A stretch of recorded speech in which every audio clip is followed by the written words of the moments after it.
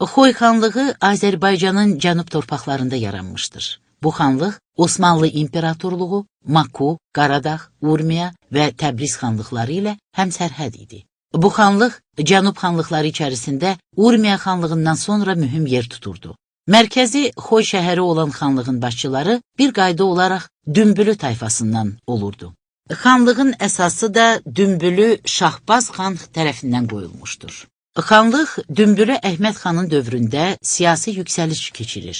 Qonşu xanlıqlar və Kartli Kaxitiya çarlığı ilə diplomatik əlaqələr yaradırdı.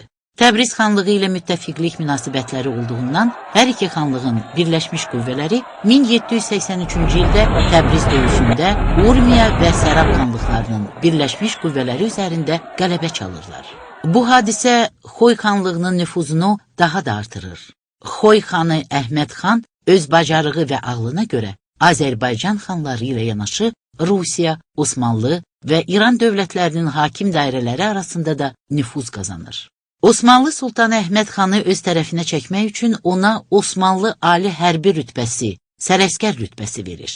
18-ci əsrin ikinci yarısından salnaməçi tarixçisi Nadir Mirzə Əhməd xan Xoylu haqqında yazır. Bir dəfə mötəbər xadimlərdən biri olan müctəhid, Ali Ruhani Məhəmməd Mirzə Yusif Əhməd xandan soruşdu. Niyə üzünüzü şah elan etmirsiniz? Cavabında Əhməd xan dedi ki, ulu babaları vəsiyyət etmişlər ki, başqa titullara üstünlük verməyib, Dümbülü tayfası başçısı titulunu yüksək tutaq. Lakin hakimiyyət uğrunda aramsız mübarizə Xoy xanlığını da zəiflədir. Digər tərəfdən, Kərim xan Zənd bu xanlığın gələcəkdə daha da güclənərək, onun üçün təhlükəyə çevriləcəyindən ehtiyat edirdi. Ona görə də Şiraz qonaqlığı bəhanəsi ilə Şiraza girov apardığı Şahbaz xanın oğlanları ilə Əhməd xan arasında düşmənçilik yaradır. Xoy xanlığı əvvəlki mövqeyini tədricən itirməyə başlayır.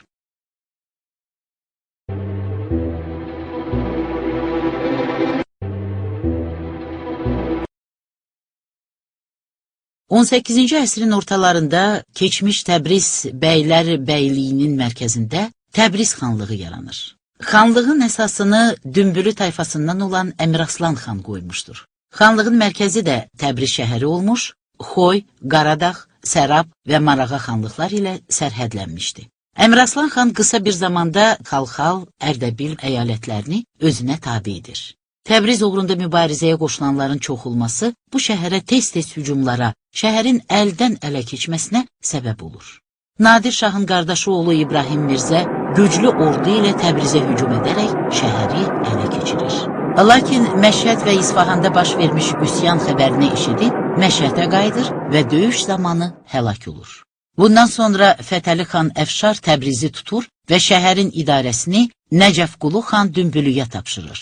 Urmiya xanlığının süqutundan sonra Təbriz tam müstəqil xanlığa çevrilir. 1780-ci ildə isə xanlığın fəaliyyətinə son qoyulmaqla ərazisi Xoy xanlığına birləşdirilir. Təbriz xanlığı inzibati cəhətdən Təbriz, Güney və Mərənd mahallarına bölünür. Mahalları naiblər, kəndləri isə kətxudalar idarə edirdilər. Xanlığın 10 minə qədər hərbi qüvvəsi var idi. Dövləti qeyri-məhdud səlahiyyətləri olan xan idarə edirdi. Təbriz şəhəri yenə mühüm sənət, ticarət və mədəniyyət mərkəzi olaraq qalırdı. Naiblər yerlərdə xanın dayaqları hesab olunurdular. Şəhər məmurları da naib vəzifəsi daşıyırdılar. Bundan başqa şəhər məmurları sırasına Qalabəyi, Darğa və Gecə Qarovulunun başçısı olan əsas başı da daxil idi. Naib təsərrüfatı idarə edir, vergilərin vaxtında yığılması üçün xanın qarşısında məsuliyyət daşıyır, mükəlləfiyyətlərin yerinə yetirilməsini tələb edirdi. Təbriz şəhəri qədim ticarət və sənətkarlıq mərkəzi kimi öz şöhrətini saxlamışdı. Burada çoxlu bacarıqlı ustalar yaşadığından digər Azərbaycan şəhərlərinə ustalar buradan dəvət olunurdu. 18-ci əsrin 70-ci illərində Azərbaycanda olmuş Rus səyyahı Qmelinin məlumatına görə Şamaxılı Məhəmməd Səyid xan şəhərdə ipəkçiliyi bərpa etmək üçün Təbrizdən Şamaxıya 100-ə qədər usta dəvət etmişdir. Təbriz həm də iri toxuculuq mərkəzi kimi şöhrət qazanmışdı. Buranın ipək məhsulları öz keyfiyyətinə görə digər şəhərlərin məhsullarından üstün idi. Bu şəhərdə ildə 60 min taya yaxın yüksək keyfiyyətli məhsul istehsal olunurdu. O dövrün səyyahlarından biri yazırdı. Şəhər bazarı genişdir. Burada Asiya mallarından başqa Avropa malları da satılır. Kağız və yun materialları çoxdur. İngilis və Holland mahudu, əla şallar və xalçalar, şüşə və çini qablar, bəzi polad əşyalar və s. Təbriz bazarında hər şey kifayət qədərdir.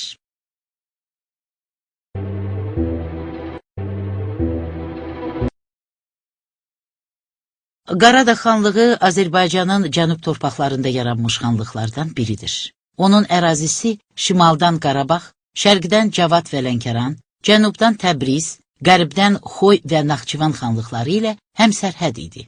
Mərkəzi Əhər şəhəri olan xanlığın əsası Kazım xan tərəfindən qoyulmuşdur. Kazım xan və varisləri Qaradağ tayfasına mənsub olmuşlar. Qaradağ tayfası Səfəvilərin hakimiyyətə gəlməsində yaxından iştirak etdiyindən Qaradağ vilayətinin idarəsi onlara tapşırılmışdı. Bu xanların həm də ruhani səlahiyyətləri vardı. Kazım xanın dövründə Qaradağ xanlığı fəal xarici siyasət yeritmişdi. Kazım xan 18-ci əsrin ortalarında Qarabağ, Gəncə, Naxçıvan xanlarının Hacı Çələbiyə qarşı ittifaqına qoşulmuşdur. 1782-ci ildə xanlıq Xoy və Qarabağ xanlıqlarının hərbi qüvvələri tərəfindən işğal edildiyindən sonra öz müstəqilliyini itirmişdir. 18-ci əsr mənbələrinə görə xanlığın mərkəzi olan Əhər şəhəri kiçik olmasına baxmayaraq orada çoxlu sənətkar olmuş, sənətkarlıq yaxşı inkişaf etmişdi. Bunun da səbəbi şəhər ətrafı ərazilərin təbii zənginliyi olmuşdu. Bu barədə ilk mənbədə belə deyilir. Əhər kiçik şəhərdir. Onun yaxınlığında çox məşhur, qiymətli Təbriz külçəsi adlanan Şərq külçəsi, zəngin mis və dəmir mənbələri yerləşirdi. Əhər bazarı il boyu çox gür olmasa da, yerli ticarət rəvan gedirdi. Qışda bu şəhərdə həm daxili, həm də xarici ticarətin həcmi artırdı. Qaradağ xanlığının öz pul vahidi vardı. Əhər şəhərində xana məxsus zərbxana da fəaliyyət göstərirdi. Xanlıq dağlıq ərazidə yerləşdiyindən burada dəmyə əkinçiliyi geniş yayılmışdı. Əkinçilikdə buğda becərilməsi mühüm yer tuturdu. Əhər bağlarında çoxlu fındıq və badam yetişdirilirdi.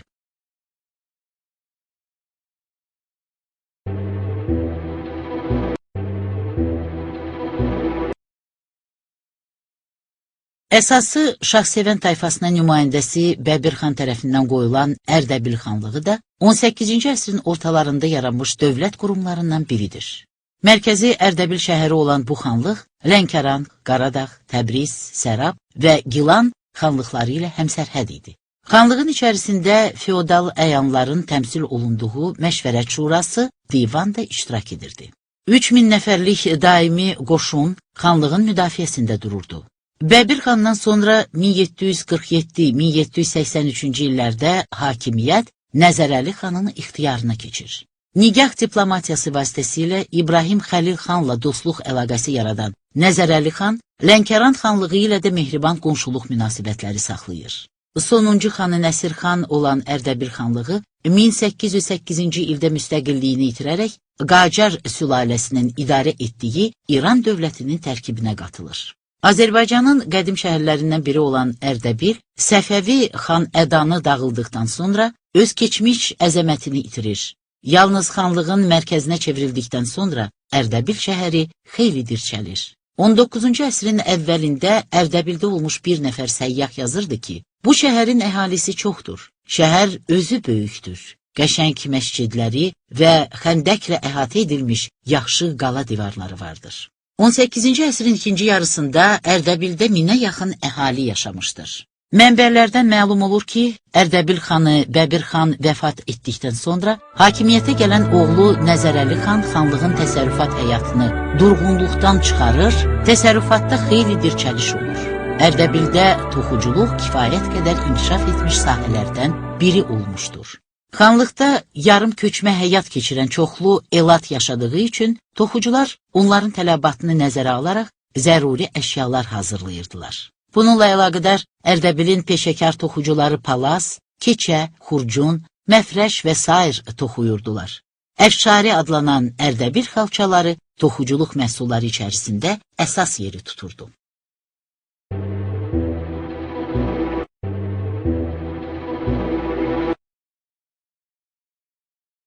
Nadir Şahın ölümündən sonra yaranan xanlıqlardan biri də Şamaxı xanlığıdır. Əsası Hacı Məhəmmədəli bəy və xan çobanı tayfasından olan Məhəmməd Səid və ağası qardaşları tərəfindən qoyulan bu xanlıq şimal-şərqdə Quba, şərqdə Bakı, şimal-qərbdə Şəki, cənub-qərbdə Qarabağ xanlıqları ilə sərhəd olmuşdur. Bir müddət Şəki və Quba xanlıqlarının tabeliyində olan Şamaxı xanlığı 1790-cı ildə istiqlaliyyətini bərpa edir və 8-10 minlik hərbi qüvvə yaradır. Xanlıqda hakimiyyət uğrunda gedən mübarizələr onun iqtisadiyyatını dağıdır, birliyini pozurdu. Çünki Şirvan torpaqlarının bir hissəsini əhatə edən Şamaxı xanlığında həm mərkəzi Ağsu olan Məhəmmədəli xanın, həm də mərkəzi Şamaxıda yerləşən Məhəmməd Səid və ağası qardaşlarının hakimiyyəti mövcud idi. Bu da geniş iqtisadi potensialı və əlverişli hərbi strateji mövqeyi olan Şamaxı xanlığını zəiflədir və onun asılı hala düşməsinə səbəb olurdu.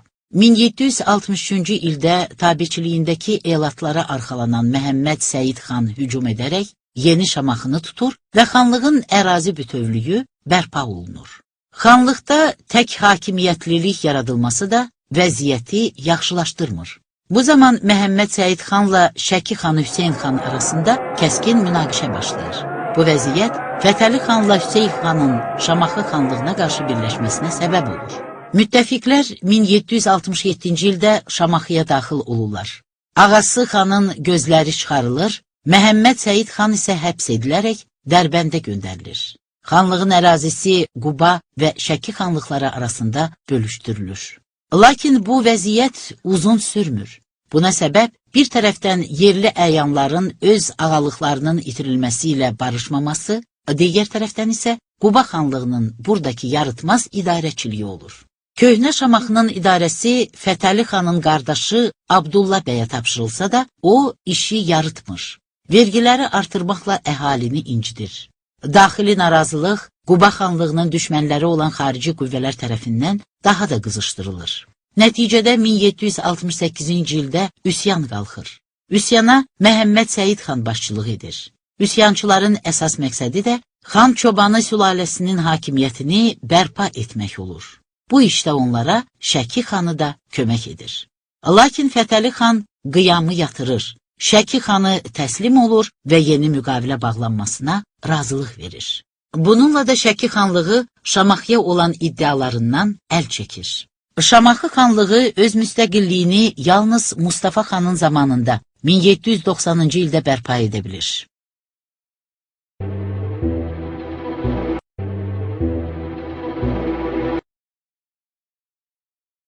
Gəncə xanlığının əsası 18-ci əsrin ortalarında Ziyadoğlular nəslindən olan 2-ci Şahverdi xan tərəfindən qoyulmuş, paytaxtı Gəncə şəhəri olmuşdur. Gəncə xanlığı Qarabağ və İrəvan xanlıqları, Şəmşəddil sultanlığı və Kartli Kaxetiya çarlığı ilə həmsərhəd olmuşdur. Əvvəlcə Kartli Kaxetiyadan asılı olan xanlıq Məhəmməd Həsən xanın dövründə müstəqilliyini bərpa edir. Onun qardaşı Məhəmməd xanın da müstəqil siyasət yürütməsi 2-ci İraklinin hiddətinə səbəb olur. O, Gəncə xanlığını özünə tabe etmək üçün Qarabağ xanı İbrahim Xəlil xanla ittifaq bağlayır. Nəticədə 1780-ci ildə onların birləşmiş qüvvələri Gəncəni işğal edir. Məhəmməd xan kör edilərək Şuşa qalasına salınır. Xanlığın qaliblər tərəfindən təyin olunmuş 2 nümayəndə tərəfindən idarə olunması burada 2 hakimiyyətlilik yaradır. Lakin bu vəziyyətə xalq çox dözmür və 1783-cü ildə üsyan edərək hakimləri qovmağa müvəffəq olur. Rusların hərbi qüvvələrindən istifadə edən 2-ci İrakli 1784-cü ildə Gəncə üzərinə yenidən yürüş etsə də, Dağıstan hakimlərinin köməyi ilə Gəncə bu təcavüzdən xilas olur. Gürcüstanın ardıcıl təcavüzkar hərəkətləri, Rusiyanın da bu məsələdə 2-ci İrakliyə dəstək verməsi Qubalı Fətəli xanı narahat edir və o 1782-ci ildə 2-ci Yekaterinaya etiraz məktubu yazır. Məktubunda Fətəli xan öz etirazını bildirməklə Azərbaycanın dövlətçilik maraqlarını müdafiə etmək əzmini belə açıqlayır. Azərbaycan xanlıqlarının şərəf və haqqını qorumağı özüm üçün borc sayıram. İkinci İrakli, Hacı Çələbi xanla döyüşdə məğlub olandan sonra bu məğlubiyyətin əvəzini Qazax Şəmşəddil əhalisinə olmazın əzablar verməklə çıxmışdı. Hələ 1759-cu ildə Qaraçarlı, Çinli, Salaxlı, Dəmirçi Həsənli, Qızıl Hacılı, Qaraqoyunlu, Alpoud, Səfikürd, Boy Əhmədli, Kəngərli, Ərəşli və başqa türk elləri onun zülmündən təngə gələrək Qarabağ xanlığının Cavanşir mahalına köçməyə məcbur olur. Tarixdə Eldöndü adlanan bu böyük köç nəticəsində mahalın Qaraman bölgəsi tamamilə boşalır. Cavad xan Gəncə xanlığında hakimiyyətə keçəndən sonra Qazax sultanlığını Gəncəyə tabe etmək istəyir. Buna görə 2-ci İraklinin əmri ilə Cavad xanla həmfikir olan Əbdürrəhman ağa Dilbaz oğlunun gözləri çıxarılır. Məhz bu acılı-ağrılı hadisələr Fətəli xanı birbaşa Rusiya ilə yazışmağa vadar edir. Çünki o bilirdi ki, Kartli-Kaxetsi çarlığının arxasında bu dövlət durur. Gəncənin sonuncu xanı olan Cavad xanın dövründə, yəni 1786-1804-cü illərdə Gəncə sürətlə inkişaf edir.